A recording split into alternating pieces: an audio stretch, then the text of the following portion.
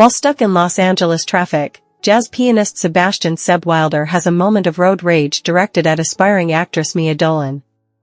After a hard day at work, Mia's next audition goes awry when the casting director takes a phone call during an emotional scene. That night, her roommates take her to a lavish party in the Hollywood Hills, promising her that someone in the crowd could jumpstart her career. After her car is towed, she walks home in disappointment. During a gig at a restaurant, Seb slips into jazz improvisation, despite the owner's warning to only play traditional Christmas pieces. Mia overhears him playing as she passes by. Moved, she enters the restaurant and observes Seb being fired for his disobedience.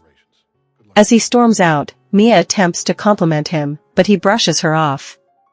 Months later, she runs into Seb at a party where he plays in a 1980s pop cover band.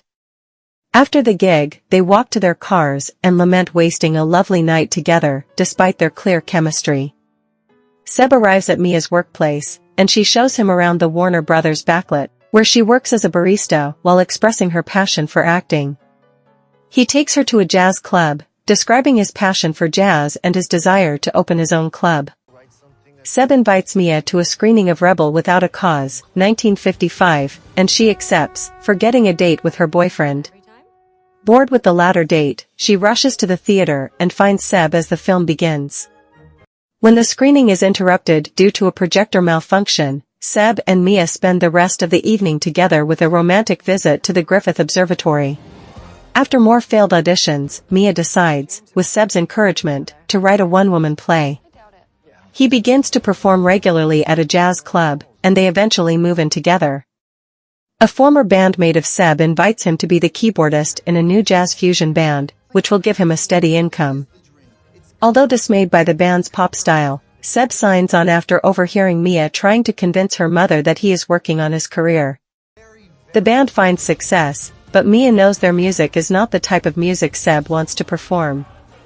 During the band's first tour, Seb and Mia have an argument. She accuses him of abandoning his dreams, while he claims that she liked him more when he was unsuccessful, because it made her feel better about herself. 2 weeks later, Seb misses Mia's play due to a photo shoot he had forgotten about. The play does not go as successfully as hoped, with few people attending and Mia overhearing dismissive comments about her performance.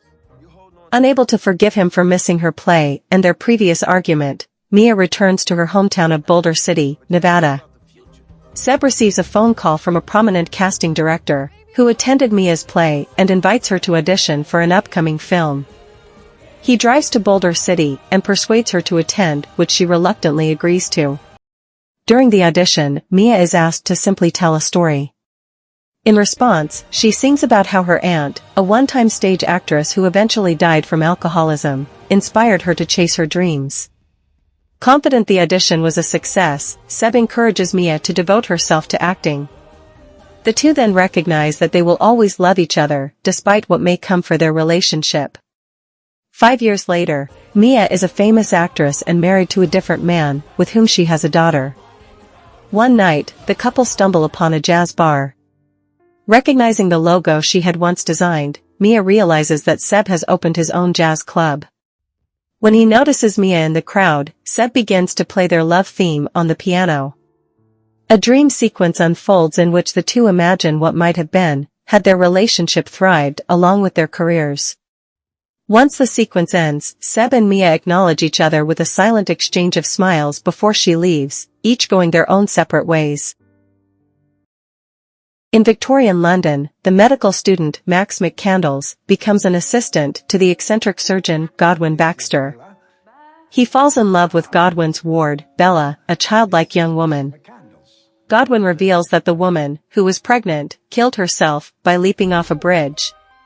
He replaced the woman's brain with that of her unborn fetus, resulting in her having an infant's mind, and named her Bella Baxter.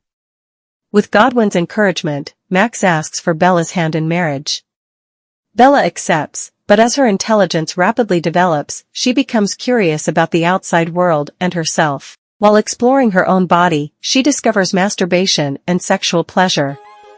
She runs off with Duncan Wedderburn, a debauched lawyer whom Godwin hired to overhaul the nuptial contract. Deciding to let her go, Godwin begins a new experiment with a young woman, Felicity, who matures much more slowly than Bella. Bella and Duncan embark on a grand journey, beginning in Lisbon, where they have frequent sex.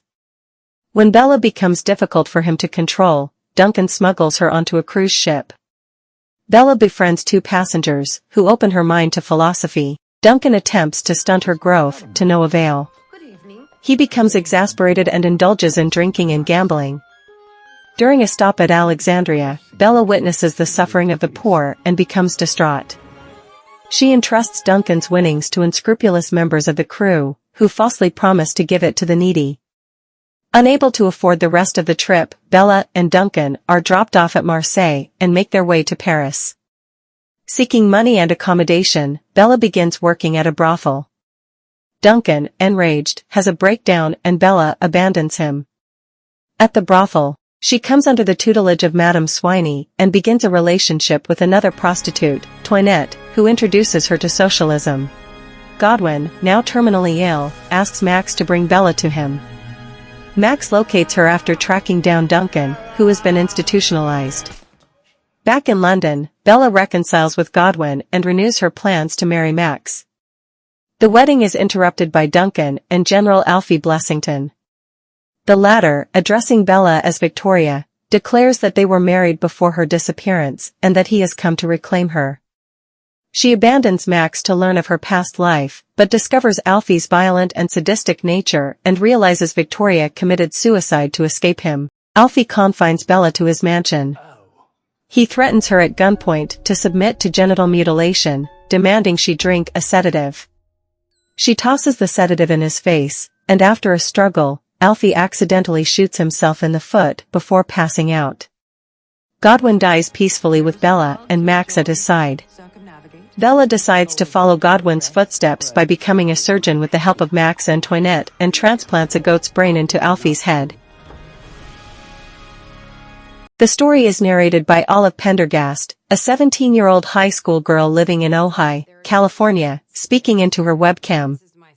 Olive lies to her best friend, Rhiannon Abernathy, about going on a date in order to get out of a camping trip with Rhiannon's hippie parents, instead hanging around the house all weekend listening to Natasha Bedingfield's Pocketful of Sunshine from a musical greeting card her grandmother sent her. The following Monday, Rhiannon presses Olive until she lies about losing her virginity to a college boy. Marianne Bryant, a prudish devout Christian, overhears her telling the lie and it soon spreads throughout the school. The school's church group, run by Marianne, decides to save Olive from her supposed promiscuity. Olive confides the truth to her friend Brandon, who is bullied by other students for being gay. He asks her to pretend to have sex with him at a party so the other students will believe he is straight, to which she agrees. After a fight with Rhiannon, Olive decides to counteract the harassment by embracing her new reputation as the school tramp. She begins to wear more provocative clothing and stitch a red A onto her clothes, inspired by Hester Prynne from Nathaniel Hawthorne's 1850 novel The Scarlet Letter, which she has been reading in English class. Boys who have had no previous luck with girls beg Olive to increase their popularity by letting them claim they have had sex with her, which she does in exchange for gift cards to various stores. Things get worse when Micah, Marianne's boyfriend, contracts chlamydia from sleeping with Mrs. Griffith, the school guidance counselor, and blames Olive. As Mrs. Griffith's husband, Mr. Griffith is Olive's favorite teacher, she accepts the blame to spare their marriage. The church youth group, which now includes Rhiannon, begins harassing Olive in an attempt to get her to drop out of school. She is asked out on a date by Anson, Rhiannon's crush, which ends badly when he tries to bribe Olive to actually have sex with him and not just pretend that she did. Olive later reconnects with Todd, her childhood crush and the school mascot, who tells her he does not believe the rumors because she lied to him when he was not ready for his first kiss years ago. She decides to ask everyone she lied to help her by telling everyone the truth, but nobody is willing to relinquish their newfound popularity. When Mrs. Griffith also refuses to tell the truth, Olive threatens to expose her affair, but Mrs. Griffith says no one would believe her. Out of spite, Olive immediately tells Mr. Griffith, who subsequently separates from his wife.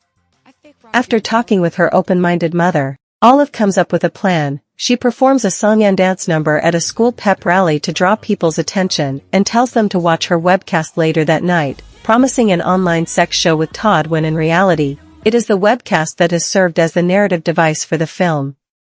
As Olive is concluding her webcast, Todd comes by her house riding a lawnmower.